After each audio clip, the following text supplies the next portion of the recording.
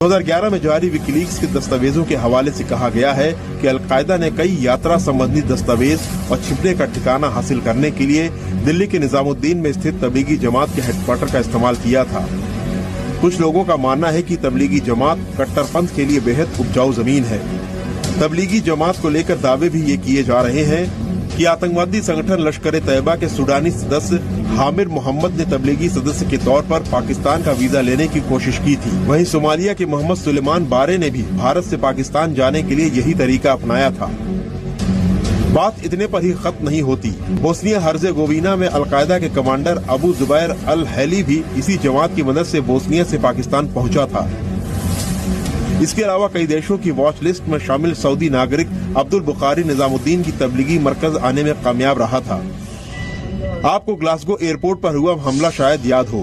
Glasgow airport पर हमले की कोशिश के आरोप में जिस संदिग्ध भारतीय नागरिक कफील अहमद को गिरफ्तार किया गया था, उसके तार भी निजामुद्दीन के इसी तबलीगी जमात से जुड़े बताए जाते हैं। इसके अलावा 7 जुलाई बॉम्बर्स के 2 संदिग्ध शहजाद तनवीर और मोहम्मद सद्दीकी खान ने भी इंग्लैंड के ड्यूसबरी के तबलीगी जमात में नमाज पढ़ी थी।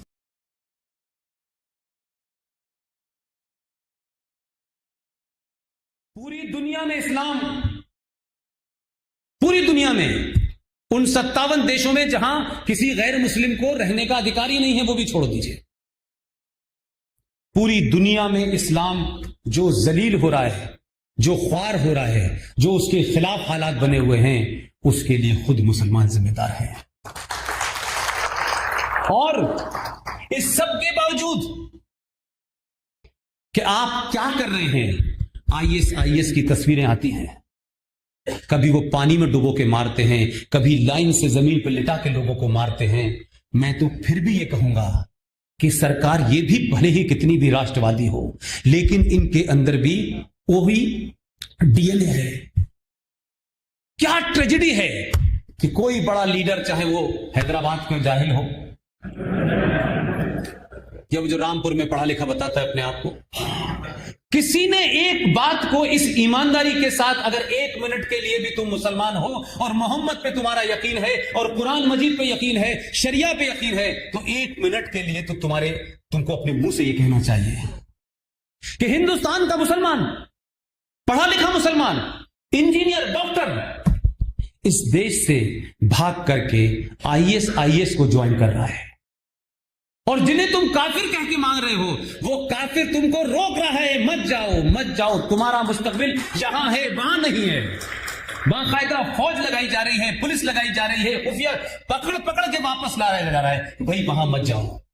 फिर भी तुम कहते हो कि ये प्रधानमंत्री एंटी मुस्लिम है, फिर भी ये तुम कहते हो। हमारा होता कि जाओ जिसको जाना है, तुमने अगर मरने का सोच लिया है तो फिर हम नहीं कुछ कर सकते। इस सब के बावजूद कि 1000 साल तक तुमने इस देश के साथ क्या किया है, एक राज्य जहां तुम्हारा संविधान चलता था वहां तुमने कैसे प्रोविजन पास किए हैं, उसके बावजूद भी हमने 5000 साल पुरानी सभ्यता नहीं छोड़ी। और वो मुसलमान जो आईएएस और पीसीएस होकर के जा रहे थे, उसे ज्वाइन करने जा रहे थे, उसको भारत की हिंदू सरकार और हिंदू प्रधानमंत्री रोक रहा है। इससे ज्यादा आप हमसे क्या चाहते हैं भाई? और फिर भी हमारे दामन पे दाग है। आप अपनी महिलाओं को, जो कुछ आप उनके साथ कर रहे थे कुरान मजीद का नाम लेकर के, वो नरेंद्र मोदी को क्या तकलीफ थी उसमें? आप करिए ये, क्योंकि तो आप कर ही रहे थे पिछले 70 साल से। तो इस बात को हवाले के तौर पे कहता हूं, तो कुरान मजीद जिन लोगों ने नहीं पढ़ा, मैं हिंदुओं से भी कहता हूं कि कुरान थोड़ा थोड़ा पढ़ लिया करिए आती। और जिस दिन आप कुरान मजीद पढ़ लेंगे, याद रखिएगा, 5000 साल तक सनातन संस्कृति को कोई मिटा नहीं पाएगा। पढ़ लीजिए बस एक बार, ईमानदारी से पढ़िएगा। कुरान मजीद में एक जगह लिखा हुआ है कि अल्लाह अपने बंदों से ये फरमाते हैं कि इस कायनात, ब्रह्मांड, सृष्टि में मैंने सब कुछ तुम्हारे लिए बनाया है, तुम्हारी हर जरूरत के लिए मैंने चीज दी है तुमको, लेकिन इस सृष्टि के साथ तुम्हें कैसे रहना है, क्या करना है, ये मैंने सारी हिदायतें, इंस्ट्रक्शन दी हैं। अगर तुम मेरे बताए रास्ते से भटके या उस रास्ते से उतरे, तो मैं इसी सृष्टि के ऊपर ऐसे लोगों को भेजूंगा जो तुम्हें मेरे रास्ते पर ले आएंगे। अब ये कोई गैर इस्लामिक बात है? ये कोई मुसलमानों की शान में गुस्ताखी है? जो कुरान में लिखा है इतना ही पढ़ के बता रहा हूं, तुम पढ़ नहीं रहे, मैंने बता दिया। तो अगर ये तुम मान लो तो उसमें लिखा है ऐसे लोगों को भेजूंगा, ये नहीं कहा हामिद अंसारी को भेजूंगा, ये नहीं लिखा उसमें। ऐसे लोगों में वैसे ही आ गया है, और इसीलिए बिना लाग लपेट के उसने चुना तो वो आपके वोट से गया। आपको लगता था जाति हमारा काम होना चाहिए था, उसने कहा ना, अल्लाह ने भेजा है। पहले अल्लाह ने भेजा है, जो उनके बंदे रास्ते से उतर गए हैं, और एक महिला के साथ जो जघन्य अपराध कर रहे हैं, जो कुरान में नहीं लिखा है, उसको रोका, 3 बार ऑर्डिनेंस लाके रोका। अब सोचिए कि जो आईएएस में मुसलमान पढ़ा लिखा उसको ज्वाइन करने जा रहा है, वो भी इसी हिंदू सरकार उसे रोक रही है। जो हलाला के नाम पे औरत के साथ आपने खेल खेला, जो आप कोर्ट में साबित नहीं कर सकते क्योंकि गैर कुरानिक था, वो भी कुरान का हवाला दे दे के बेचारा बता रहा है। अब आपकी मोहब्बत में उससे कुरान भी पढ़ लिया, आप क्या चाहते हो? तो टोपी नहीं लगाई, इसका दुख है, लेकिन कुरान को सही मायने में पढ़ के उसको इंप्लीमेंट कर दिया तो तकलीफ हो रही है, क्योंकि उससे दुकान बंद हो रही है। तो मुसलमानों से मेरा सिर्फ इतना ही कहना है, भारत के मुसलमानों से कहना है कि आप बड़े खुश नसीब हैं।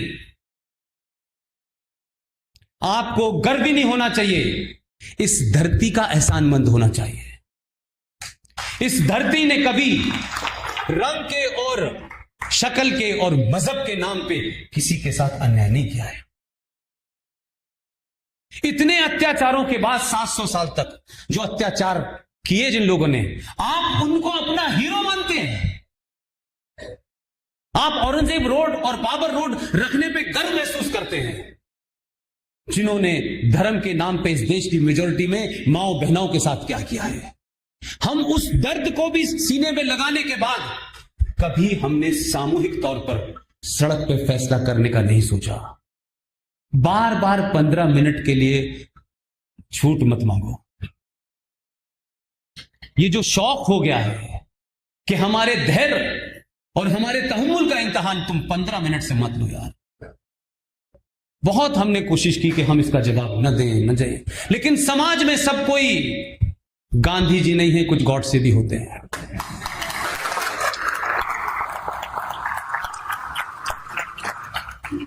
बहुत कोशिश की कि मत करो मत करो, बहुत समझाया, तुम्हारे लिए ये भी योजना, तुम्हारे लिए संविधान में ये भी हम मानने को तैयार हैं। हमने संविधान के इतर भी कई फ्रॉड करे हुए हैं जिन पे हमारी टीम काम कर रही है, और एक बड़ा फ्रॉड इस देश में कुछ दिन बाद आपको सुनने को मिलेगा कि जम्मू कश्मीर के अंदर हमारे एक साथी हैं अंकुर शर्मा। ही इज ए 24 और 25 year old brilliant young lawyer. उसने सिर्फ इतना पूछा कि जम्मू कश्मीर में जो लोग माइनॉरिटी में हैं, क्या उन्हें माइनॉरिटी कमीशन के माध्यम से जो सुविधाएं मिलती हैं मिलनी चाहिए। उस राज्य में वो माइनॉरिटी में है, डोगरा हिंदू, दलित हैं, सिख हैं। ऐसे ही इस देश के 8 राज्यों में हिंदू माइनॉरिटीज में है, जैसे पंजाब में है। तो जहां जो माइनॉरिटी में है उसको माइनॉरिटी का फायदा मिलना चाहिए। माइनॉरिटी कमीशन बना माइनॉरिटी शब्द के लिए है या किसी का नाम लिख के बना है। अब क्या हुआ मैं सुप्रीम कोर्ट के सोने की बात कर रहा हूं। तो ये जब पीआईएल लेके गए और सुप्रीम कोर्ट में अर्जी दी, तो सुप्रीम कोर्ट ने कहा यह कैसे हो सकता है जम्मू कश्मीर में? हाँ बिल्कुल सही करे, यहां तो माइनॉरिटी में, अच्छा इनको माइनॉरिटीज की फैसिलिटीज नहीं मिलती? उसने कहा सर नहीं मिलती। तो उन्होंने, सुप्रीम कोर्ट ने केंद्र सरकार को और राज्य सरकार को नोटिस जारी कर दिया। नोटिस जारी करने पे जम्मू कश्मीर का वकील आता है और एफिडेविट में क्या लिखता है पता है आपको? कि जम्मू कश्मीर में मुसलमान माइनॉरिटी में है। अब सुप्रीम कोर्ट का जज ना तो हंस पा रहा है ना रो पा रहा है, और हमको तो पता था खेल क्या है इसमें। तो सुप्रीम कोर्ट ने केंद्र सरकार को और राज्य सरकार को नोटिस दे दिया है, और फिर यह पता चला कि भारत में एक जगह है जिसका नाम है पौंडीचेरी। सुना है आपने नाम? पौंडीचेरी में 96% मुसलमान हैं, वहां भी माइनॉरिटी में है। तो ये जो आपने देखा होगा एक बना हुआ है नेशनल कमीशन फॉर माइनॉरिटीज, ये भारत के संविधान का हिस्सा नहीं है, इसका संविधान में कोई जिक्र नहीं है। लेकिन इस देश में मुसलमानों की नाजायज मांगों को अपीज करने के लिए यह नेशनल कमीशन फॉर माइनॉरिटीज बना दिया गया, और उस माइनॉरिटीज कमीशन के अंदर लिखा कि मुसलमान, सिख, पारसी, ये लोग वगैरह वगैरह, ये लोग माइनॉरिटी में हैं। अब क्योंकि वो नेशनल कमीशन है और उसमें मुसलमान शब्द पहले ही दिन आपने दे दिया, तो राष्ट्रीय स्तर पर उसकी गणना होने लगी। लिहाजा मुसलमान जहां 96% भी है वहां भी वो माइनॉरिटी में है, कि राष्ट्रीय कमीशन में लिख दिया गया। सुप्रीम कोर्ट ने कहा यह तो मुमकिन ही नहीं हो सकता। उसमें नोटिस जारी हो गया है, कहा कि राज्यों के स्तर पर माइनॉरिटीज तय होंगी, राष्ट्रीय स्तर पर कैसे हो सकता है। तो जो राष्ट्रीय स्तर पर जब आपने तय किया, उसी का नतीजा है कि जम्मू कश्मीर में 71% है मुसलमान, तो अभी वहां माइनॉरिटी में काउंट करे जा रहे हैं। पांडेचेरी में 96% है, तब भी माइनॉरिटी में करते आ रहे हैं। मुझे पूरी उम्मीद है कि यह फ्रॉड भी समाप्त होने वाला है। आपको इन्हीं व्यवस्थाओं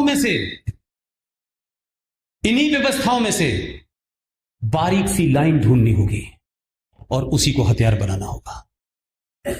दुनिया में यूएनओ कहता है कि जो टोटल पॉपुलेशन हो, उस टोटल पॉपुलेशन का जो मिनिमम 2.5% होगा, जो 2.5% होगा टोटल पॉपुलेशन का, उसे माइनॉरिटी का दर्जा मिलेगा। यह यूएनओ कहता है।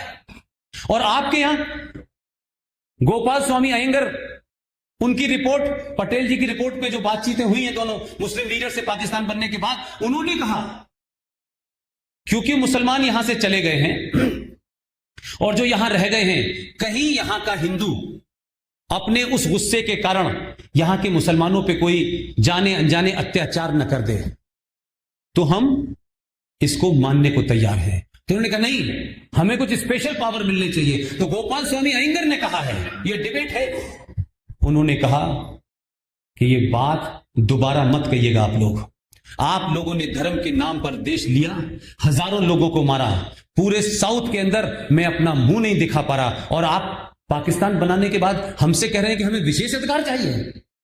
आपको रहना है रहिए, कोई अधिकार नहीं मिलेगा आपको।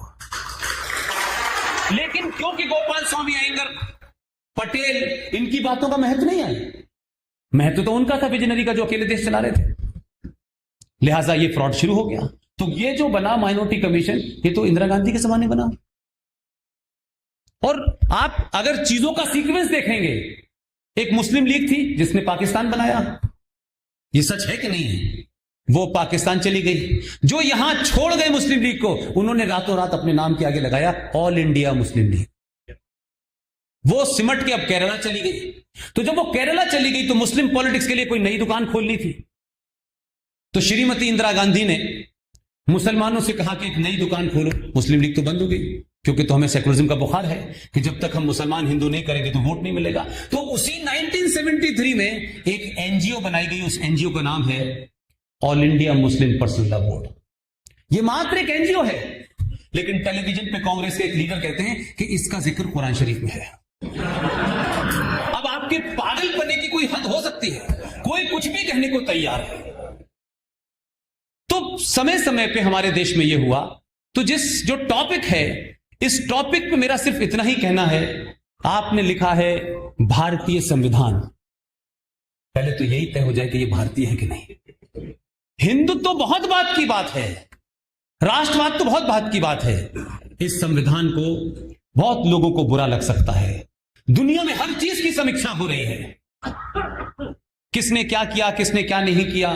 जलियांवाला बाग के लिए इंग्लैंड की सरकार माफी मांग रही है, वहां की रानी आपसे माफी मांग रही है कि यह गलत हुआ। माफी मांगी, फिर इतने साल बाद मांगी। भाई इस पे भी कुछ लोग माफी मांगने का कब समय आएगा, इस पे भी माफी मांगे।